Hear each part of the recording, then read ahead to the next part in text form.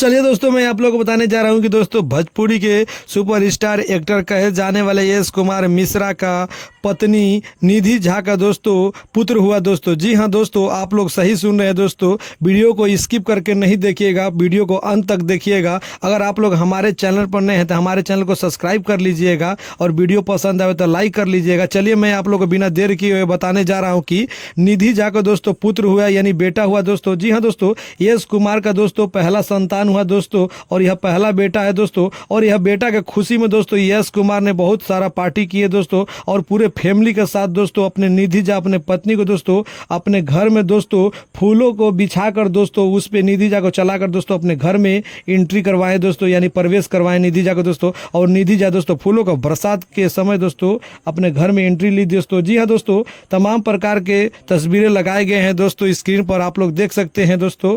और यश कुमार का दोस्तों पहला संतान पुत्र हुआ दोस्तों, और इस खुशी में यश कुमार बहुत खुश हैं दोस्तों। और इनको खुशी के मारे दोस्तों व्याख्या नहीं किया जाएगा दोस्तों कितना खुश है, जितना बोला उतना भी कम है दोस्तों खुशी।